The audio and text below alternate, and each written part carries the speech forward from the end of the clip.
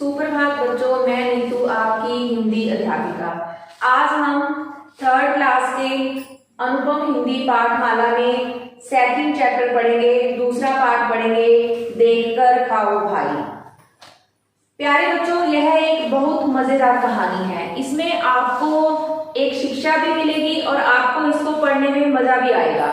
देखो बच्चों, कई बार ऐसा होता है कि हमें कोई चीज अच्छी लगती है, कोई चीज बहुत ज्यादा टेस्टी लगती है, तो हम उसको बहुत ज्यादा खा लेते हैं। तो इससे क्या होता है, हमारा पेट खराब हो जाता है और हम बहुत तंग होते हैं बाद में। तो ऐसा ही इस कहानी में हुआ है। आओ इस कहानी को पढ़ते हैं। देखो, ये रोमी और विहान दो भाई हैं। तो क्या होता है, कलकत्ते से उनके मामू आते हैं, तो वो कचौड़ियां और रसगुल्ले लाते हैं। अब कचौड़ियां और रसगुल्ले को देखकर रोमी के मुंह में पानी आ गया।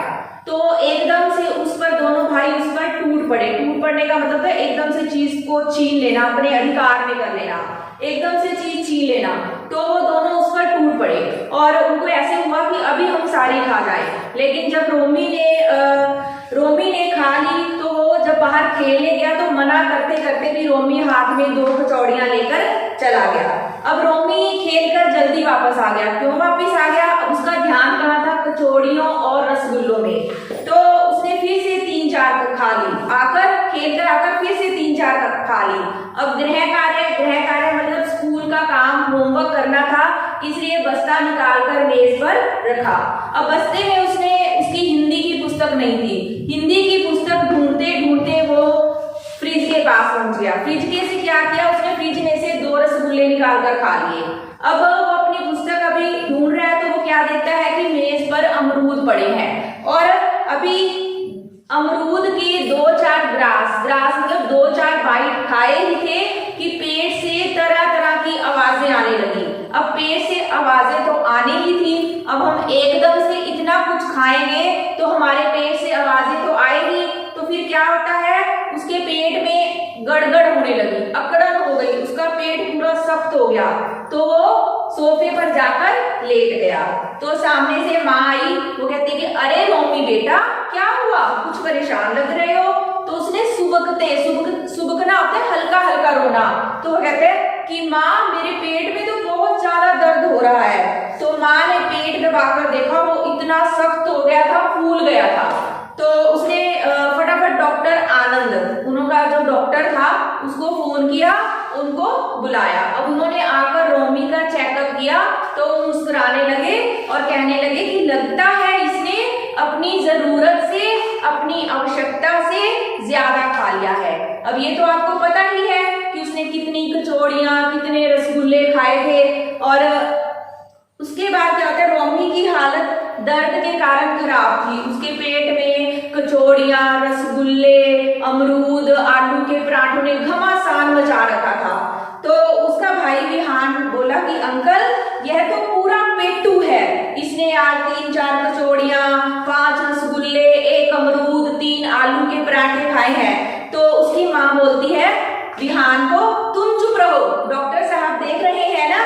तो डॉक्टर आनंद ने रोमी को इंजेक्शन दिया। अब देखो, ज्यादा खाने की वजह से देखो उसकी क्या हालत हो गई, भी उसको इंजेक्शन लेना पड़ा।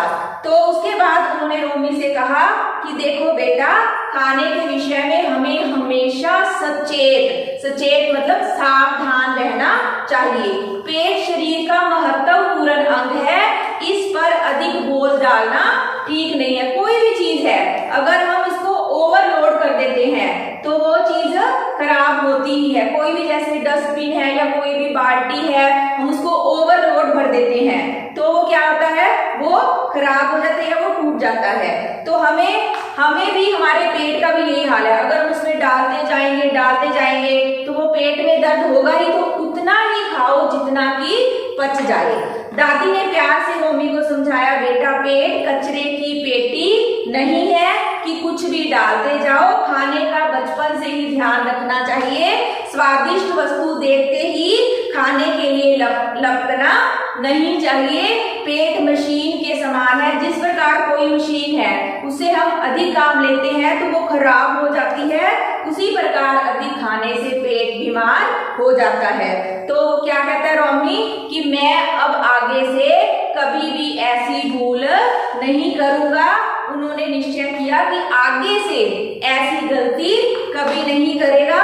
उसे सोच में पड़ा देखकर विधान मुस्कुराया और बोला कि देख कर खाओ भाई। अब देखो बच्चों, हमें इस पाठ से, इस कहानी से क्या शिक्षा मिलती है कि हमें भी अपने खाने पीने का ध्यान रखना चाहिए। हमें ये जंक फूड, ये फास्ट फूड जो आजकल ज्यादा बच्चों में ट्रेंड चला हुआ है, उसको कम से कम खाना चाहिए और घर में बनी हुई साफ चीजों को ही खाना चाहिए, क्योंकि इससे क्या होता है, हमारा पेट खराब हो जाता है। और आजकल ये जो कोरोना या कोविड-19 फैला हुआ है, उसको देखते हुए तो हमें अपने खाने की तरफ बहुत ध्यान रखना चाहिए और बाहर की चीजें बिल्कुल नहीं खानी चाहिए। ओके बेटा, तो इसलिए आपने कठिन शब्द अपनी नोटबुक पे, अपनी कॉपी पे लिखने हैं और लर्न करने हैं और इसके शब्दार्थ भी लर्न करने हैं। ओके बेटा, thank you, have a nice day.